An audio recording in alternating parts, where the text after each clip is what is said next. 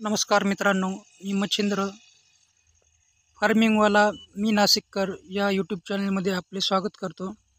आपला जो हा टोमॅटोचा प्लॉट आहे, त्या प्लॉटमध्ये आपण हे मध्ये जे काही दिसतंय झेंडूचे फुले, ही पांढरी माशी, अळी वगैरे हे नियंत्रणात राहावे, की ज्यामुळे जे आपला टोमॅटोचा प्लॉट आहे त्यातील झाडे त्यांचं संरक्षण व्हावे, त्यासाठी आपण हे लावलेले आहे.